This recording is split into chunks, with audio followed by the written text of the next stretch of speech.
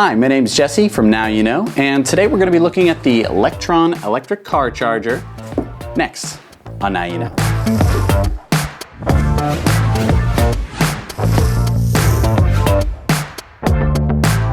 So about 2 years ago, I bought my first electric car, which was a Nissan Leaf, and it came with this portable charger. So it's a nice, fairly sturdy bag. It has a spot that can clip right into the car. And on the inside, we have the charger itself. And, you know, it's been used. I've used it every day, practically. I've been charging it. And I bought a used Leaf, so this had been used before me. Charger still works fine. I use it every single day. But what I've been doing is I've plugged this end into the wall and I've kept it there, which means that I'm driving out into the world with about a 80 to 90 mile charge and absolutely no backup if anything goes wrong. Now, sure, there are public chargers strewn throughout my area, and basically I haven't needed any kind of backup charge, but it's been a little bit stressful and a little bit irresponsible to not have a last resort charger. And so that's what I'm bringing to you today. The fine people at Lectron were nice enough to send us a charger for review. So the Lectron comes in this case, and you can see that if we open it, that there is this whole big pocket right here. And in fact, the charger doesn't actually take up too much of this space, which is good because, well, it's the neatest it'll ever be right now. And I think in the future, it'll take up a bit more room, which means it should just fit inside here without too much fuss. So you have these bands here. I'm not sure how useful these will be in the future because, again, I'm not the best coiler. We have the control box here. You've got your power, connected, charging, and fault lights. You have your NEMA 515 plug here. Again, this is your standard laptop plug. We've got the business end of the charger here.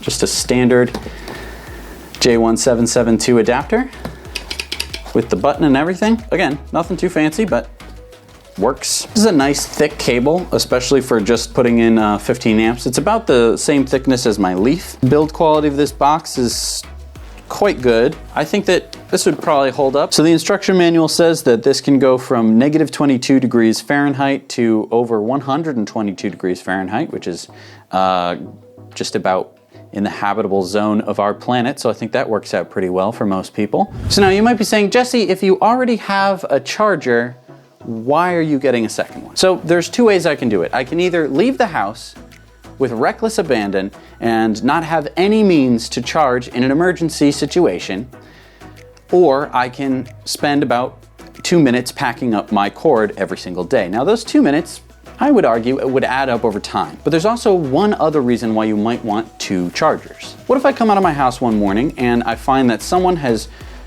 lawn-mowered over my charging cable? You can't really buy these things at the supermarket or Walmart or anywhere. They don't sell them hardly anywhere, which means I would have to, first of all, that night, basically find somewhere to charge.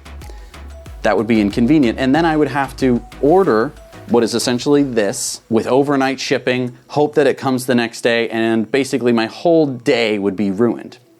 Having two, I now have redundancy built in. And of course, there is the convenience factor. I can leave this nicely folded up in my car in its little bag, and then if for whatever reason an emergency arises and I need it, I can pull it out, which is how most Tesla drivers operate.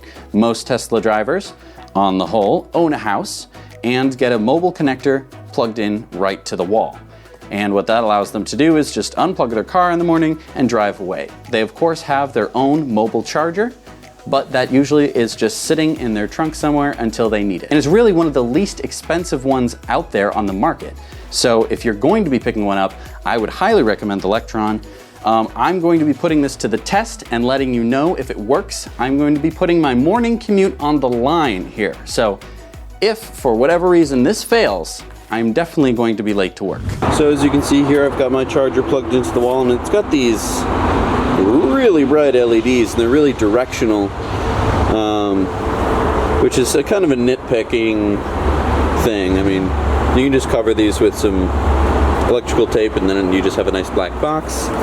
As you can see, the cable goes out, and I'm all plugged in, and I'm all charged up. So luckily, I'll be on my way to work this morning and I won't need to stop and charge anywhere. Yay!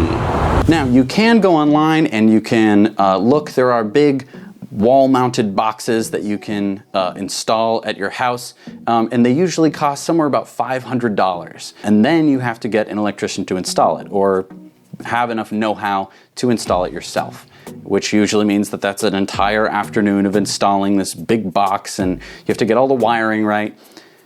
Why not, if you have the outlet anyway, just get another one of these things. You have a backup in your car, then you've basically saved yourself at least $300, if not more, because this is just under $200, which to me is the perfect price for a little bit of redundancy in my life. So this has 21 feet of cable. So I got the 15 amp version because that's the outlet that I have outside. It also comes in a 20 and a 30 amp connector.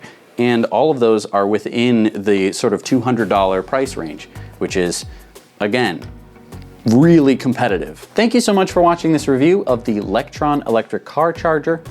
We hope that you enjoyed it, and if you want to purchase this, you can use the Amazon affiliate link down below, and what that will do is it'll actually help support the show. So you're getting a portable charger, and we're going to be getting somewhere between 2 and 5% of your purchase, which comes right out of Amazon's cut. So take that, Jeff Bezos. If you like this video, please consider hitting the like button, and keep in mind that subscribing helps support the show. So if you enjoyed it, please hit both of those buttons. Thanks so much for watching. Now you know.